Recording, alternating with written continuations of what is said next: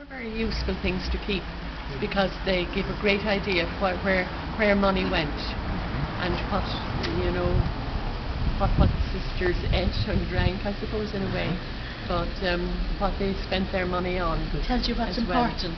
Sure. Exactly. You spend your money on what's important. Yeah. Exactly. Yeah. Not very much, but the relief of poor people and coming to the aid of the destitute, following the spirit of Nan O'Nagle. So any evidence at all of that story is kept in these boxes, and there are special boxes for the conservation of paper. There's no acid in these boxes. Well, this one there part in some acid, but in this there's none at all. So precious things go into these boxes, and they're catalogued and put away, and they're available to researchers. And when was the order largest right here? I suppose in the 60s, would it be? The 50s, 60s? 50s and 60s, yes. That would be the situation throughout Ireland. Yes, yes. There was a kind of a burst at that stage. Yes. Not a kind of an unusual one. And it trickled down then, indeed. So, anyway... And where are the archives? Oh, you see, that was a problem we had. We haven't any centre as yet, so they're dispersed throughout the congregation. And it's good part of Sheila's job is to try and gather them. Gather them up. And we're seeing which space in this place would be the most suitable. And it's not it doesn't always work easily to convert an old building for a new purpose. Right. But we were saying that this is probably a the place church is that kind will of last. like that, you know. The church will last. This place will last. Yes. Even if it isn't in our hands, Right. it will be with the city of Cork. Right. So that makes some logical sense to have it here. You know, because this is the place where it began. Well, Nana was born. They've just come from Ballygriffin. Oh, yes. She was born in Ballygriffin, and it was from here then that she took up her work of what she did. You know, basically with the schools was her passion. But she only started the congregation. She wasn't just sold on the idea of an institution or an order of nuns or anything. It's just that she thought it was going to be the best way to forward the dream of looking after the kids in schools and that, you know. And so she set up, she was quite a wealthy lady. And we didn't understand quite how wealthy she was until we visited Bath in England this past year, where her brothers went. Have you heard of the penal laws? Yes. And her brothers went there because I suppose it was more comfortable, getting more and more uncomfortable for wealthy Catholics to be in Ireland. And we saw the house where they lived in Bath, and it was a seriously wealthy place. I mean, we really didn't know that. So I suppose that gave her the confidence and the kick-off space. But I mean, a lot of other wealthy people might have had the wealth and didn't do the same thing. So she brought the Ursuline sisters. Am I holding you now, Sheila? Yes. I better move on it. Yes. Okay. So anyway, you're in good hands here. After lots of questions. So would you guys like to move into the shade? Sheila Kelly, just in case. I like this one. Yeah. So she brought the Ursuline sisters from France at persuasion. What she did was she got them to train some Irish people who had entered in France, because France she went to school in France herself, you know, because she couldn't in Ireland. In Ypres, we've discovered out that it was in Ypres, it was in Belgium actually, in Ypres, Y-P-R-E-S, Ypres. And she got the Ursuline sisters here, and she spent a substantial sum of money setting up a convent for them, which we will see the original building when we go up now. And when they arrived, at that point she had 7 schools around the city. She had 2 here, she had 2 down in the middle of the city, she had 2 up the north. I think she might have 3 in this area, because that would be 2 in the middle of the city and 2 at the far side and the north side. And when the Ursuline sisters were installed, they said, oh, but we can't go out to those sisters because we have a rule that means we have to stay within the convent. A rule of enclosure, as they called it. So she was really disappointed at that stage because they wanted just to build up a school within the enclosure, and there was a misunderstanding. So she said they came in good faith, so she gave them some money to do what they wanted to do, and then she said she'd start again. So that's when she started our order. And she started in a little corner down there of in front of the grey building where you met Sister Joachim. Okay. Did you go in through a blue door? No, I met her right outside. Oh, did you? Front. Yes. Okay. Yeah. Okay, I thought you got in there. She started in a little cabin with 4 sisters, and it was a very It was a very dangerous time. So she had persuaded and cajoled and brazened it out and gone against all the trends of the time to start the Ursulines. That was one convent. The bishop didn't want her to do it, nobody wanted to do it, because they didn't want her to upset the status quo. They'd kind of learned to live with the penal laws and, you know, manage the best they could with it. Some of them were doing quite well under it, it would seem. So they didn't want to jeopardise their own position of privilege in relation to that. So here she was, having established one convent against all the odds and got away with it. And that's, they say, is one of the significant pieces of the story, that a woman was able to do it, that she was able to do it for a group of women who were Catholics, who happened to be nuns. All of this kind of showed that she was made of sterner stuff than a little old lady, you know? Right, yeah. So here she was now, she started a cleansing group. So she didn't want her family to know, she didn't want anyone to know, because they would certainly have opposed. So it was during the night they moved in. There's an interesting story in the archives that they came in by night, because at the time in England there was something happening called the Gordon riots, where Protestants were attacking Catholic neighbours. It was it wasn't about religion at all. You see, this is the thing to remember. Great, wonderful. So we can move along up. Sure. I just finished a little bit about this part of the site. That's fine. So it was. You see, these things weren't about religion. They weren't about faith, tenets of faith or philosophies or anything. They were about culture, really, and about territory some of the time. And it's the same. You've heard about the Northern Ireland peace process. That was the same. They say it was a religious war, but it was no more religious than the guy taking his pint on a Sunday is, you know. It was about culture. And it was the same in Anna's time. So the Gordon riots were happening in England, near where her brothers were living, and she had news of that. And she was afraid that she was brave and courageous, but she wasn't foolhardy. So she was going to do what she needed to do, what she wanted to do, but she wasn't going to run the gauntlet of extra trouble if she could avoid it. So she tried to do it in a discreet way. And her intention was that her group of sisters, which we call the Presentation Sisters now, would mingle around the city the same as she had been doing all her life herself. They'd pick up the needs insofar as they could. They were particularly interested in educating kids, but she was also available to, on Sundays, for example, when the children weren't at school, they opened up for the poor men who were working on the ships, whose hands might be cut, you know, from the ropes and things like that, couldn't afford a doctor, maybe couldn't access a doctor, and they'd dress and clean the wounds on a Sunday. You know, so if that was the need, they sort of seemed to do it. And I was just telling this building back of me, its first life, not in this form now, but the site, was Dano built a house there for elderly ladies in the city. And I suppose elderly would have been older than me at that stage. They might have been elderly at 40 at that age, you know. But elderly ladies who were homeless. And she built this place. It was called an asylum, Miss Nagel's asylum. Now, asylum has other connotations in Ireland for people who are mentally ill, but it was a safe place, an asylum in a sense of a safe place or a sanctuary. So it was called Miss Nagel's asylum. And we have in her letters to a colleague in Dublin that she intended building a pretty garden for them. So we see from that she wasn't just interested in warehousing old people, you know, bringing them in and putting a roof over their head. She was interested in quality of life, and that they'd have a, you know, we're sort of we have very little of her writings, but we try to read and interpret from what we know about what she did and from what she wrote, that this must be, you know, and it's a consistent point going along anyway. And then, so she started over there in the corner with the convent, and then as the years went by, and she died over there. She burned out really, I'd say. See, she wasn't good at managing her energy. She worked day and night. She came in at night, and they say she might kneel in prayer for 2 or 3 hours. And I suppose that was her salvation in one way, is that she didn't do anything for her own sake or for her own aggrandizement. She did it for the sake of the need.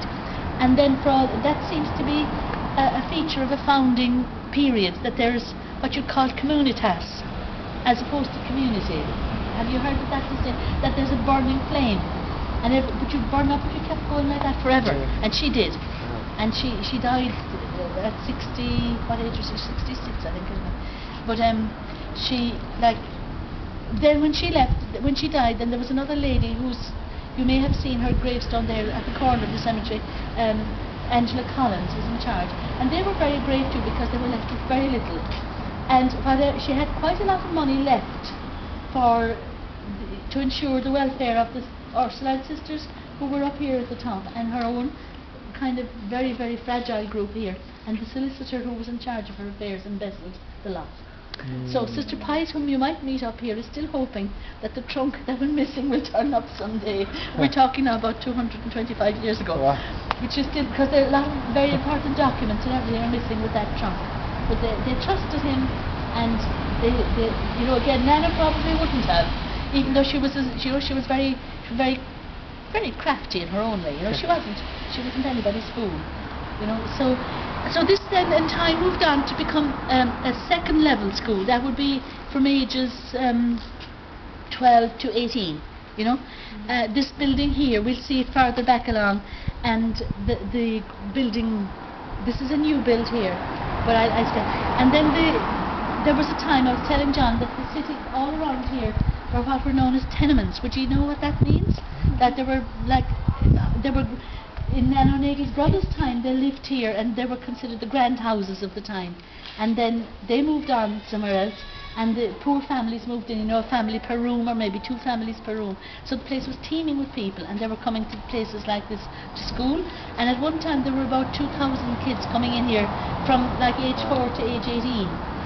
But then the city built new schools out around the outside, and they rehoused the people in the suburbs like Ballyfihan and Turner's Cross. So Presentation Sisters built 2 schools, primary and secondary, in Ballyfihan for the people that moved out there, and they built a secondary school in Turner's Cross, primary and secondary, and as did the Presentation Brothers for the people that moved out to the Turner's Cross suburb, if you'd like.